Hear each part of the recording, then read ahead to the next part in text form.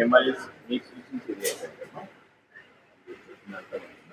నా సూచన ఏంటంటే మీ షాపుల వరకు చేర్చేటువంటి ఈ క్రమంలో ఇక్కడ నేను గోడౌన్లోనే ఉన్నానమ్మా.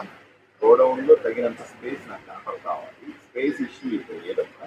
హమాలీలు ఉన్నారు, వాళ్ళు లేదంటూ ఏంటంటే మీ మేనేజరే లేడు ఇక్కడ ఇన్ఛార్జ్ ఎవరైతే ఉన్నాడో, ఏం పేరు ఆయన పేరు, రవీంద్రనాథ్ రెడ్డి గారు లేరమ్మా.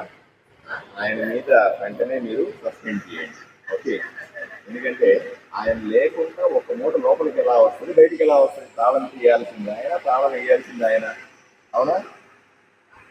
మరి ఆయన లేకుండా ఇంత పతంగం ఎలా చేసుకుంటాము? ఒక ఆడబిడ్డ ఆయన ఒక ఆపరేటర్ ఇంత మొత్తాన్ని, ఇంత సరుకుల్ని ఒక లారీలోంచి ఇంకో లారీ తొలగించడం, ఈ డేటా ఎంట్రీ చేసుకోవడం, హమాలీలు మేనేజ్ చేయడం, ఎక్కడేమో ఏదైనా జరిగితే ఆ అమ్మాయిని మెడకు తీసుకోవడం వచ్చి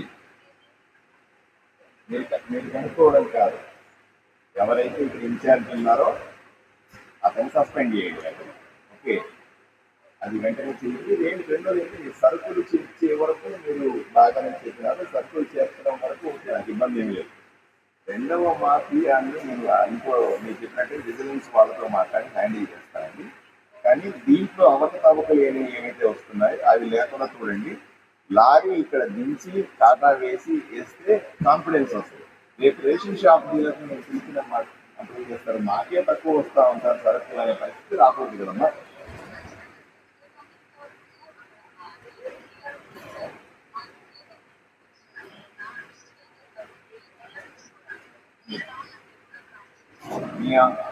మీరు ఆఫీసర్ కాబట్టి మీకు అలా చెప్పి ఉండకపోవచ్చు, లేదా భయానికి చెప్పి ఉండకపోవచ్చు. నా దగ్గరికి వచ్చిన డీలర్లు అంతా కూడా సార్ మాకు ఇచ్చే సరికే తక్కువ ఇస్తున్నారు సార్ అని చెప్పిన వాళ్ళే ఎక్కువ మంది ఉన్నారు. కాబట్టి దయచేసి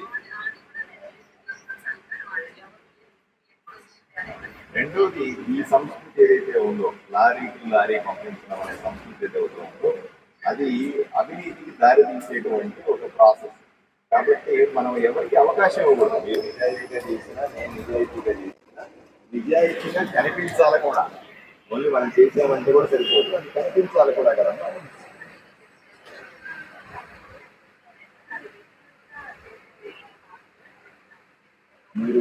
మీరు ఆదోని వరకు ఇంకా నియోజకవర్గాలు ఎలా చేస్తారు నేను అడగండి.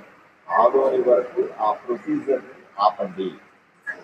తప్పనిసరిగా మూటలు దిగాలి, ఇక్కడ ఇవ్వాలి, మళ్ళీ వెళ్ళాలి.